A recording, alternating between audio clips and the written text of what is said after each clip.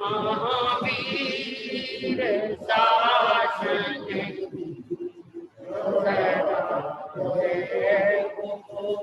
सदा जय हो सिद्धि महावीर शासन सदा जय हो सदा जय हो सुधर मां स्वामी के गान की सदा जय हो सदा जय हो सुधर मां स्वामी के गान की सदा जय हो सदा जय हो।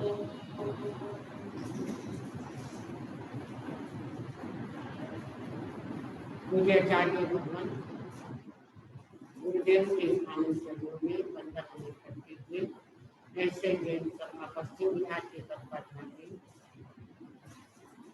चरतारी मंगलम हरिहंता मंगलम सिद्धा मंगलम साधु मंगलम यानी चरतारी मंगल को लेकर 4 मंगल में वर्णन चल रहा। 4 मंगल हमारे लिए श्रेष्ठकर है, उत्तम है, अति उत्तम है, मंगलकारी है, सर्व सिद्धिदायक है। अरिहंत का शरणा अरिहंत मंगल है, सिद्ध मंगल है, साधु मंगल है और देवी रूपी धर्म भी मंगल है। चरतारी लोक उत्तमा पूरे संसार में लोक में उत्तम है ये चारों मंगल।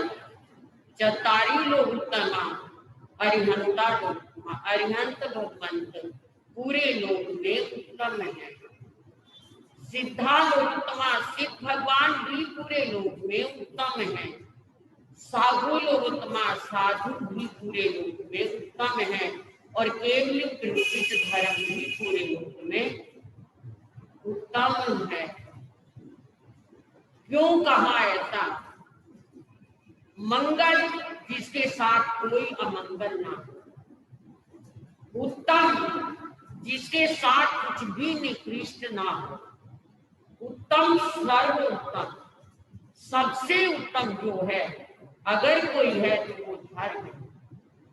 सबसे उत्तम अगर कोई है तो वो गुरु है।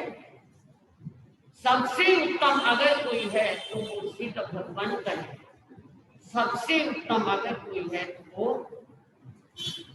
अरिहंत परमात्मा अरिहंत परमात्मा। कोई भी आत्मा अरिहंत बन सकती है, सिद्ध बन सकती है, साधु बन सकती है और धर्ममयी बन सकती है। कहीं भी तो ऐसा नहीं कि उसके लिए क्या होना चाहिए। कोई जाति हो, कोई संप्रदायवाद, कोई संप्रदाय हो, कोई मजहब हो, कोई देश हो, कोई भेष हो, कुछ भी क्यों ना हो, अरिहंत कोई भी बन सकते हैं, सिद्ध कोई भी बन सकते हैं। जो अप्पा सो परम अप्पा, जो अपने आप को पहचान लेते हैं, जो अपने आप की खोज कर लेते हैं, जो अपने आप को ढूंढ लेते हैं, जो अपने आप में गहराई तक उतर जाते हैं, वही अरिहंत बन जाते हैं। जो अपनी बुराइयों का निराकरण कर देते हैं, एक तरफ कर देते हैं। ये सब हमारे हाथ में। हम चाहें तो जो मर्जी बन सकते हैं, अपने आप को बना सकते हैं, अरिहंत भी बना सकते हैं, साधु भी, सच्चा साधु भी बना सकते हैं। जो जो जीवन में बुराई है उन्हें दूर करते जाएं तो साधु बन जाएंगे। शरीर में तो हम में और आप में कोई अंतर नहीं है भाई बहन। शरीर में क्या अंतर है? आपका जैसा शरीर है वैसा ही हमारा फिजिकल बॉडी सबकी क्या है, इक्वल है, बराबर है, कोई फर्क नहीं है।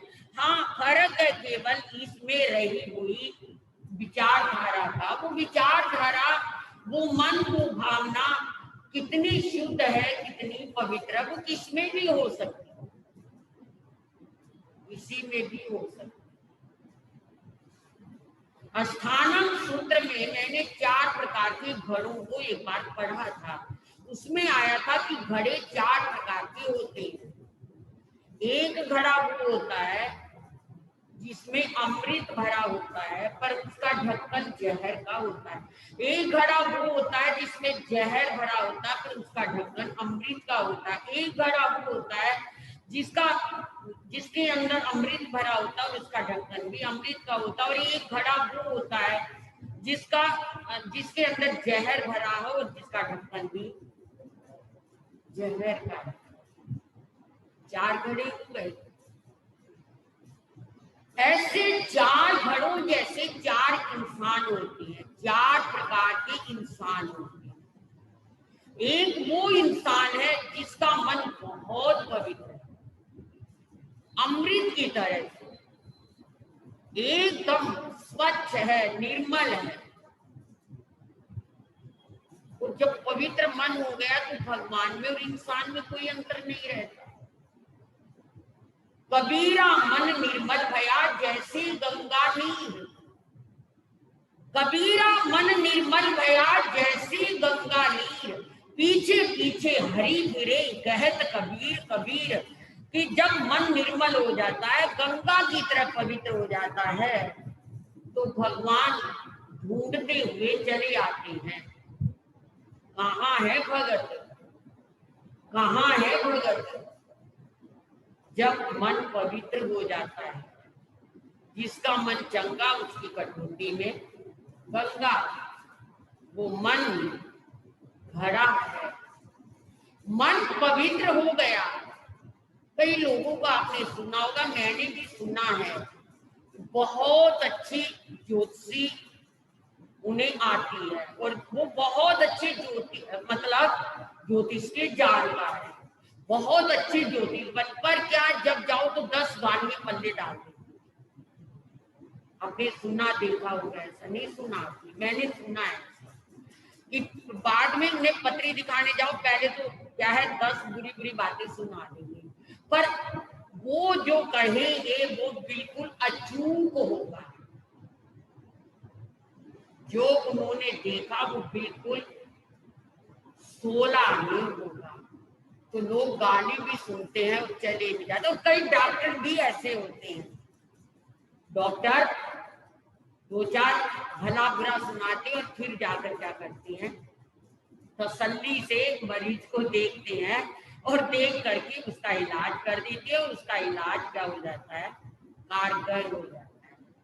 होता है, कई संत भी होते हैं ऐसे, वो भी क्या है, रूखा सूखा बोल देते हैं, कठोर बोल देते हैं, लेकिन मन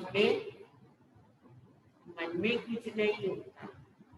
मन बिल्कुल पवित्र होता है, निर्मल होता है। बस कह दिया, वो ढक्कन है ना ऐसा, जो क्या है कह दिया, बस कह दिया, बोल दिया, जैसे ही बोल दिया। कई लोगों के पास आप गांव में जाओगे, आपको अगर साधारण बात भी करनी होगी तो गाली से बात करें। कई दोस्त के पास आप जाओगे, कई दोस्त को फोन करोगे तो गाली से ही बात करें। होता है ऐसा, आपको पता है संसार इसमें कई तरह के लोग होते हैं। कोई जरूरी नहीं कि सबकी जबान मीठी हो, सबकी जबान अच्छी हो। फिर क्यों जबान खराब की जाए? जबान क्यों खराब की जाए? पर उनका एक लहजा हो जाता है, बात करने का एक ढंग हो जाता है, एक मैनर्स हो जाता है उनका, वो इसी तरह करते चले जाते। तो मैं आपको क्या कह रही थी कि ऐसा एक घड़ा जिसका अंदर तो अमृत है पर ऊपर जहर का ढक्कन है, यानी ऊपर से कुछ ना कुछ टांग पटांग। हमारे बुजुर्ग लोग भी ऐसे होते हैं, कई बुजुर्ग ऐसे होते हैं, घर के पोते को, घर के बेटे को पहले 2 गाली सुनाएंगे और फिर क्या है, नहीं बेटा ऐसा नहीं, फिर बाद में ऐसा कहीं होता है। ऐसा कईयों का अपना है। ऐसे मनुष्य भी होते हैं, अंदर तो चाहे अमृत है पर बाहर बहुत रूखा जैसा बोल देते हैं। एक वो व्यक्ति है जिनके अंदर तो जहर भरा है पर बहुत मीठे बोलते हैं। वो तो समझो एक किस्म की क्या है, छुरी है, पैनी छुरी, खाओ भी डाल दे और पता भी ना लगे, पर वो गलत होता है। वो बहुत कर्म बंद का कारण बनता है। ऐसा ऐसा कर्म बंद के सिवाय ऊपर से मीठा बन रहे हैं और अंदर से क्या है, बहुत कड़वे है, जहर भरा हुआ है, पर मीठा बोल बोल करके अपना स्वार्थ सिद्ध कर लेने गलत। तीसरा वो घड़ा है अमृत का घड़ा, अमृत का ढक्कन, अंदर भी साफ सुथरा है और बाहर भी प्यार का बलिहार, अच्छा बलिहार। किसी ने बुरा भी कर दिया तो उसमें से भी भला ले लिया, उसमें से भी क्या ले लिया। अगर आप ऐसा ना करती तो मैं ऐसा कैसे हो जाता। मेरे क्या है, आपने किया तो मेरे साथ भी अच्छा हो गया। और कई जो जहर के ढक्कन है, जहर के घड़े में तो बहुत है लोग दुनिया में, ऐसे लोग तो आपको मिलते ही रहेंगे। उनका क्या है, ना अंदर साफ है ना उनका जबान भी अच्छी है, पर कहते कम से कम अंदर रहे तो मुंह तो मीठा बोल दो, पर नहीं, अगर मुंह कड़वा भी रहे तो कम से कम अंदर तो साफ हो। हमारे यहाँ हरि केसी चंडाल का वर्णन आता है हमारे ग्रंथ। हरि केसी ने चंडाल के घर में जन्म लिया था। शक्ल भी ऐसी, मतलब ऐसी थी, चंडाल जैसी कहीं, जिसे हम भद्दी शक्ल कहें, कुरूप कहें, ऐसा। जहां जाता था लोग क्या कह रहे, क्या कहां पे खड़ा हो गया, ना नाक की जगह ना, ना मुंह की जगह मुंह है, ना रंग की जगह रंग है, क्या है तू। जहां जाता वहीं फटकार देते, जहां जाता वहीं फटकार मिल जाती, जहां जाता वहीं फटकार मिल जाती। किसको, हरि केसी को। हरि केसी परेशान हो गया, विवाह भी करना चाहा तो किसी ने उसे पसंद ही नहीं किया।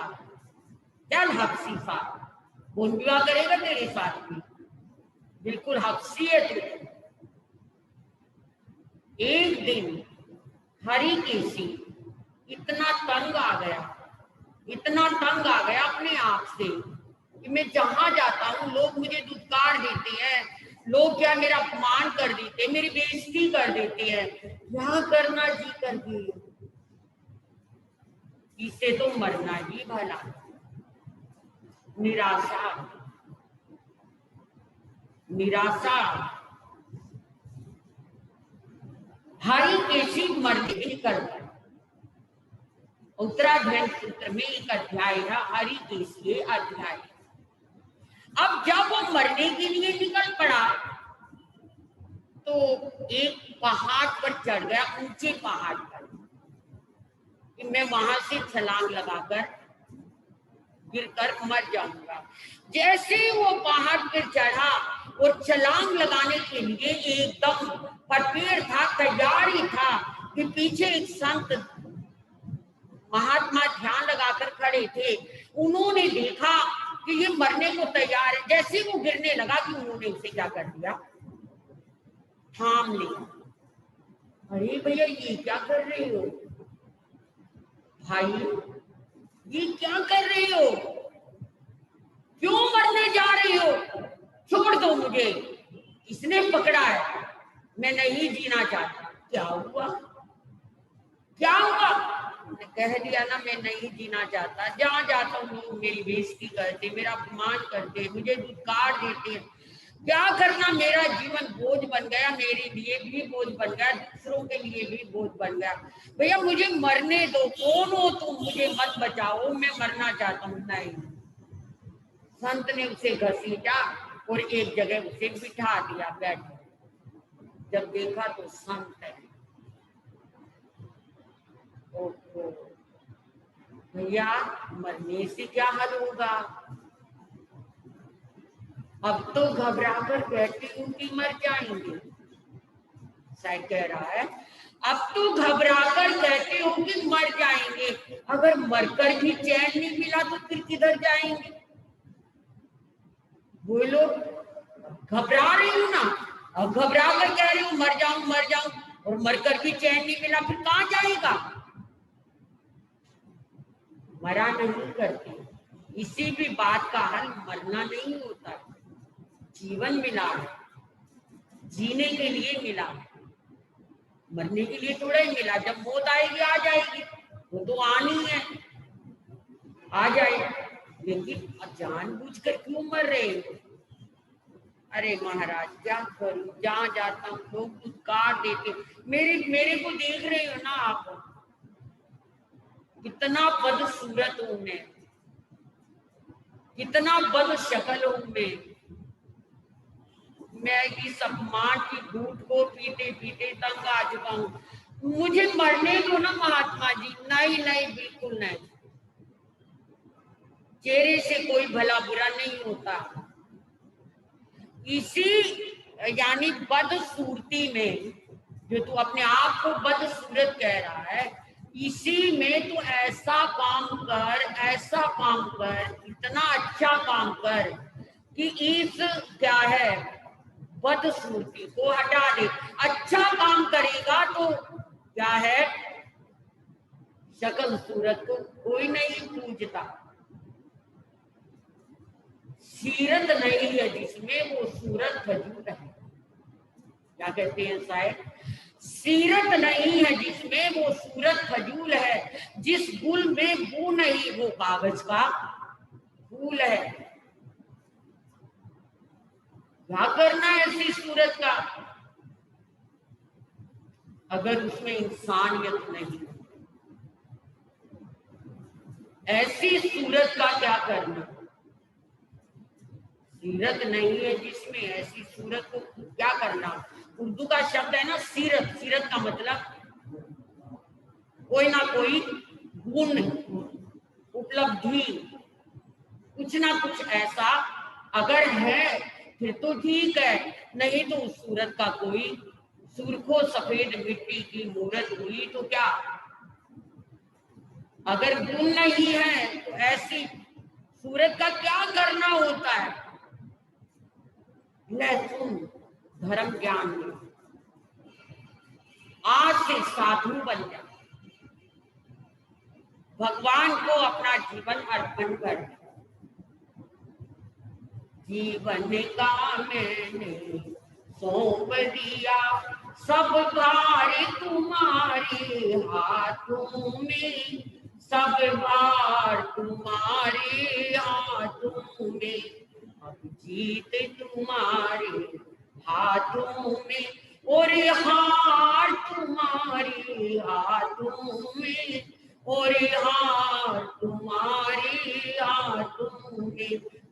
जीवन का मैंने सौंप दिया, सब भार तुम्हारे हाथों में, सब भार तुम्हारे हाथों में। मैंने तो क्या है सौंप दिया है, कोई बात नहीं, अब तुम्हें कुछ डर है। ऐसा जीवन दे दिया उस महात्मा ने हरि केसी को, हर इतना क्या है त्यागमय जीवन दे दिया। तभी कहते हैं कई बार सत्संग जीवन को इतना ऊंचा उठा देता है, इतना ऊंचा उठा देता है, जैसा कि राजा परदेसी के जीवन को केसी मुनि ने सुधार दिया था।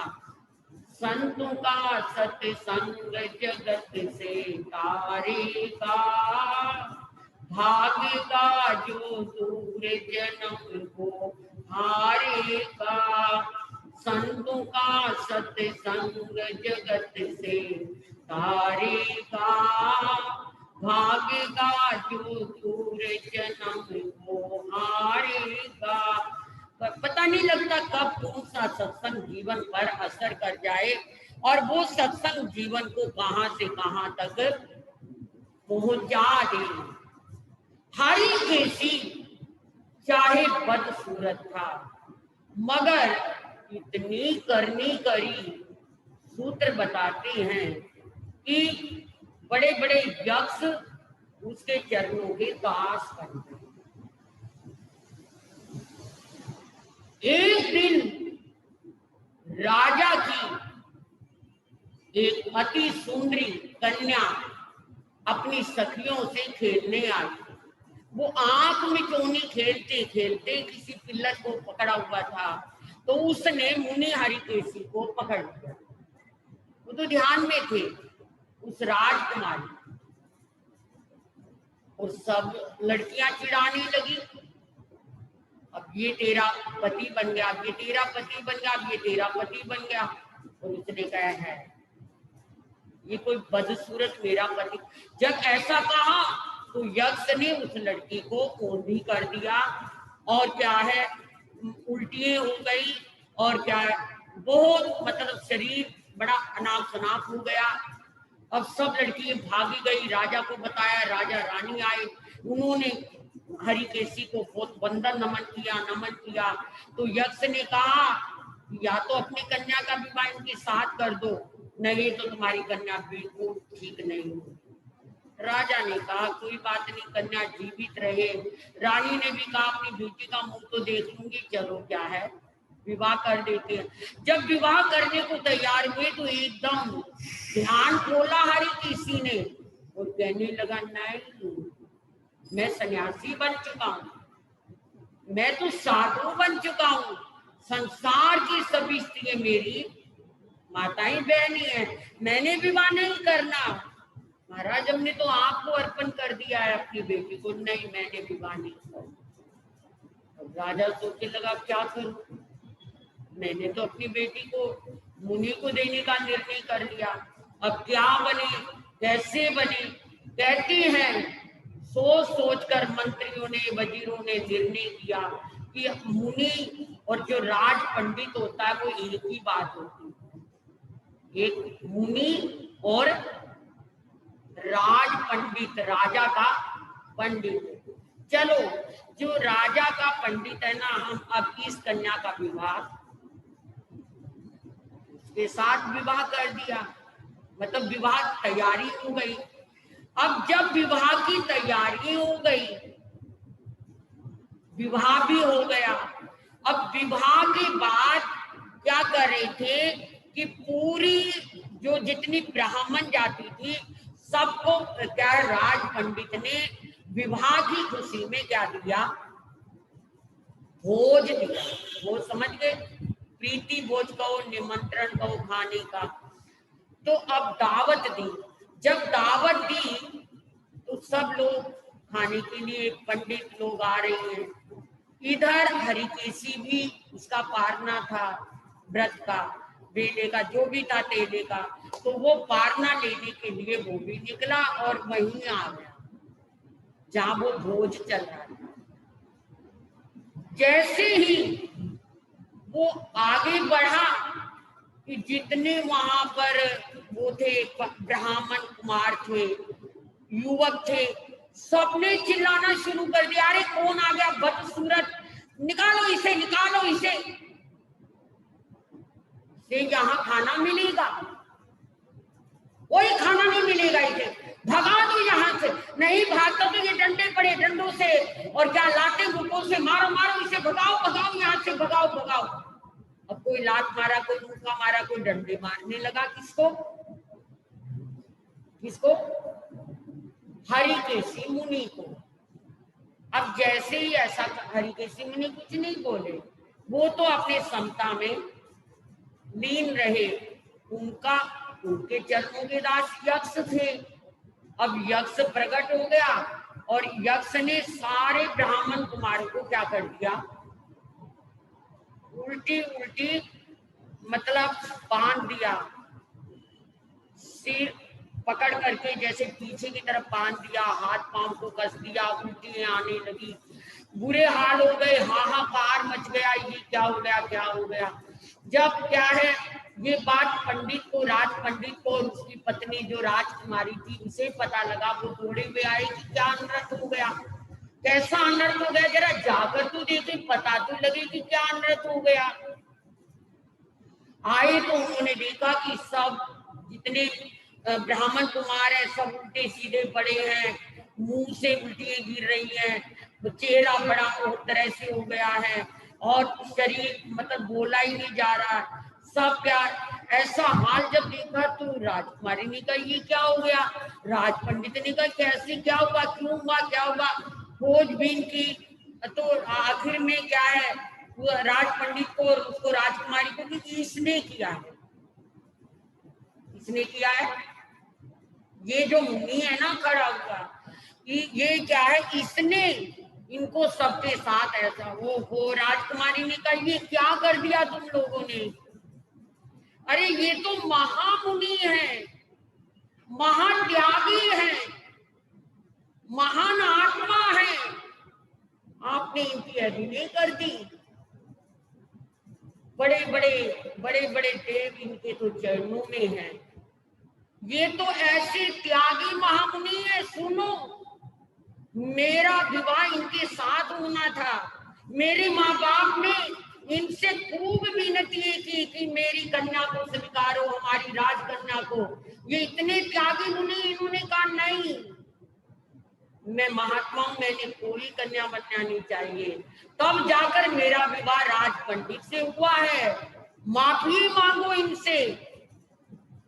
ये क्या कर दिया तुम लोगों ने, क्यों मुनि की अभिनय की, क्यों इनका क्या किया, अपमान किया, सब इनके चरणों में गिरो। ये कितने पहुंचे हुए महामुनि है, क्यों देखा तुमने इनके रूप को, इनके अंदर कितनी बड़ी क्या है शक्ति है, तुम्हें नहीं पता इस बात का। सबको चरणों में गिराया इसने, उस राजकुमारी ने। अब यक्ष ने, मुनि कुछ नहीं बोले, मुनि कहते कि मैंने तो किसी को, मैं तो ना भी रूठो ना भी टूटो, सूत्र की गाथा है ये।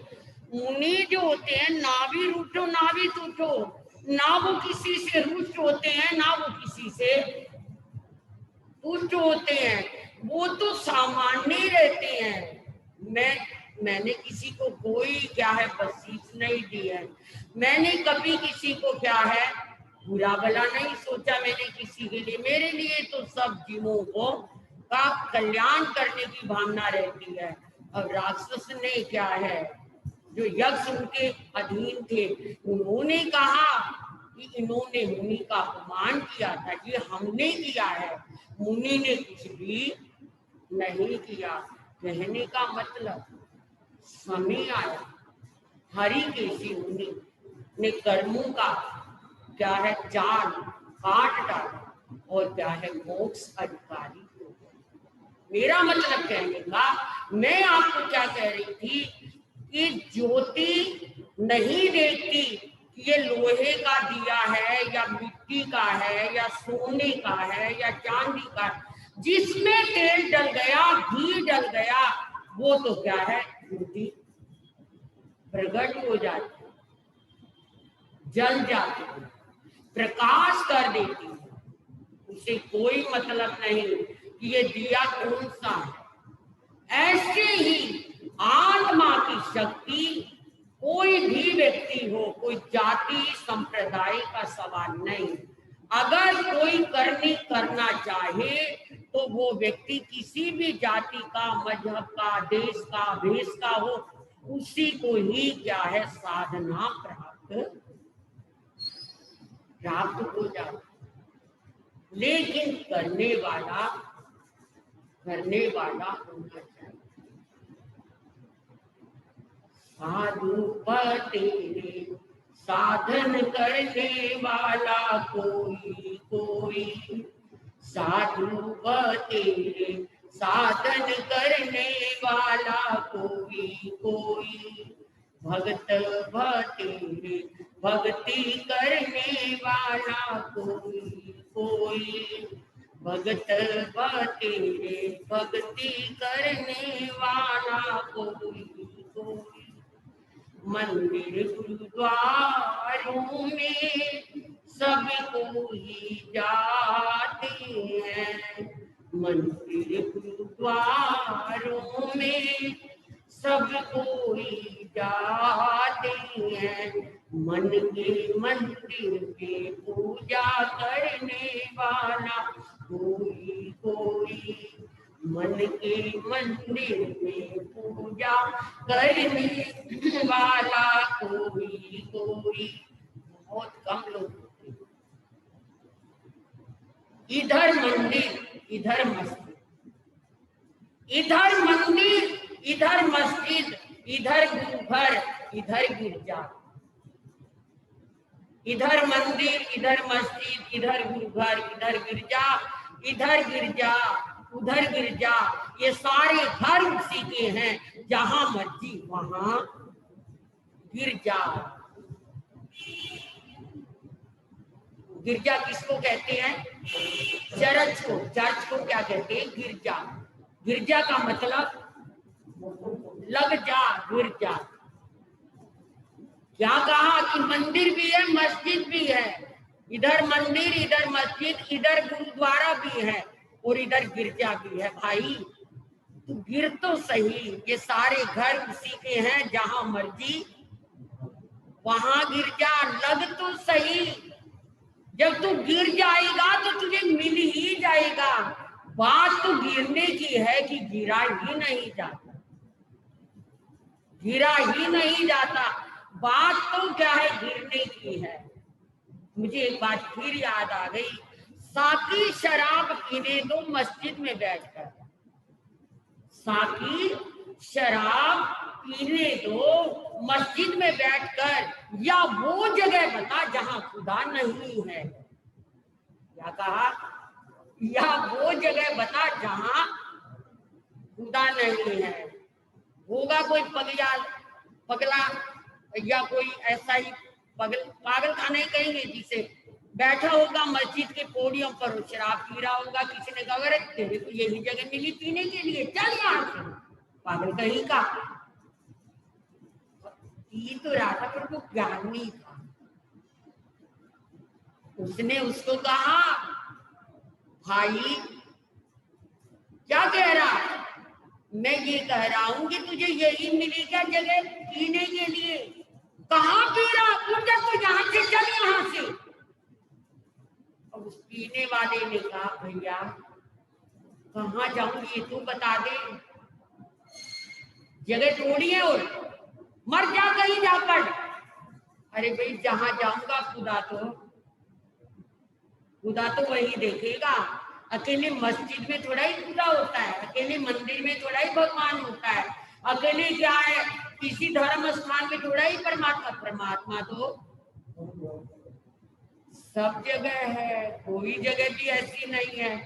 बेईमानी जहां मर्जी बैठकर करेंगे, अगर मंदिर में बैठकर, धर्म स्थान में बैठकर भी अगर बुरा काम करेंगे तो उसका खाता भला नहीं लिखा जाएगा, उसका बुरा ही लिखा जाएगा, भला नहीं होगा।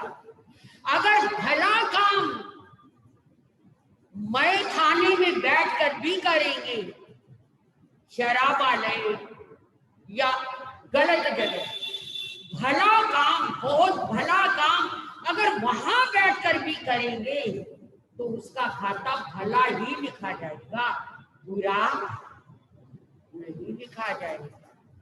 भले का भला ही रहता है और बुरे का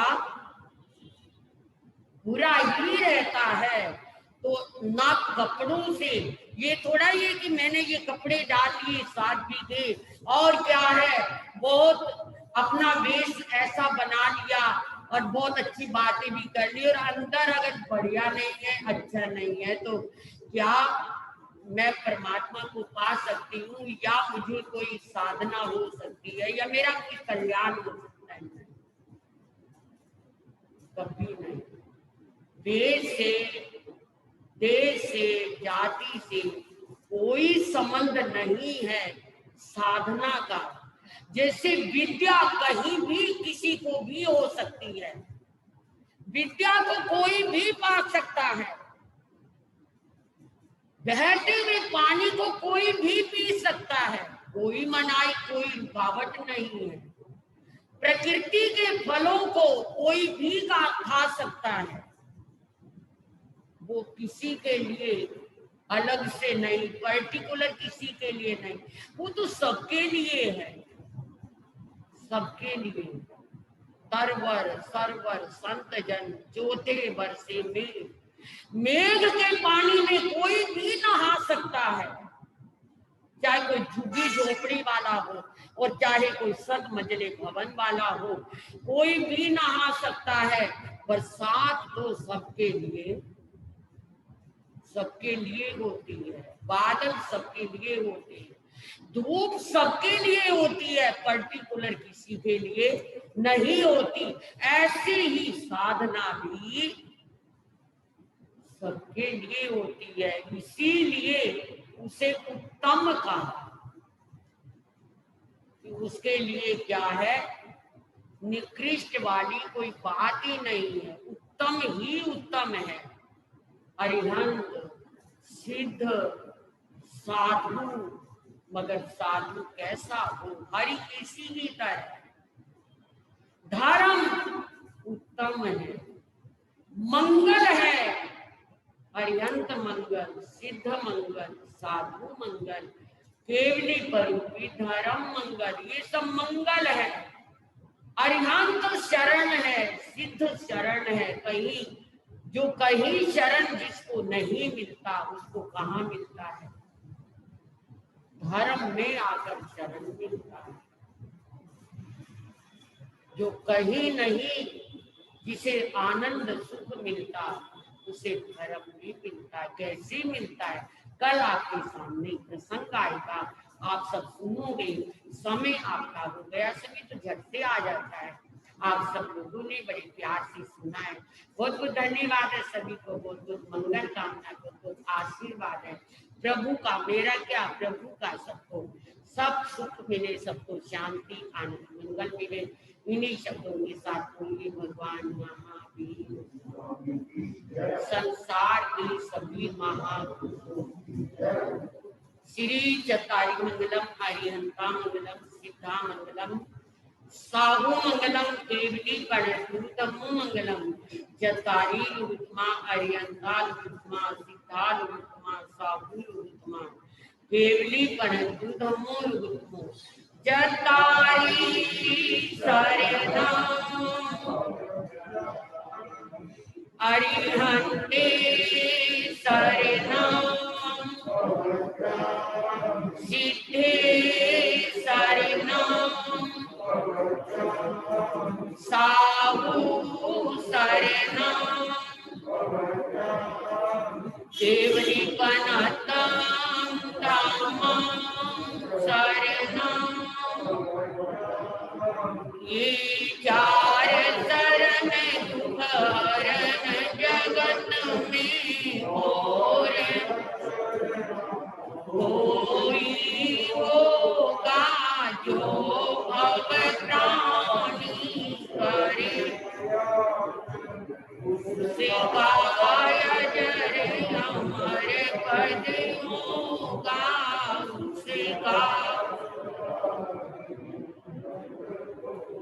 बहुत बहुत धन्यवाद। आपके ज्ञान दर्शन चारित्र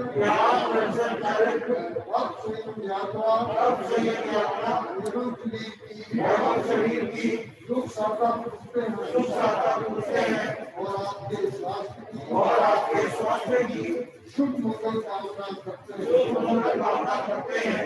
हाथ जोड़कर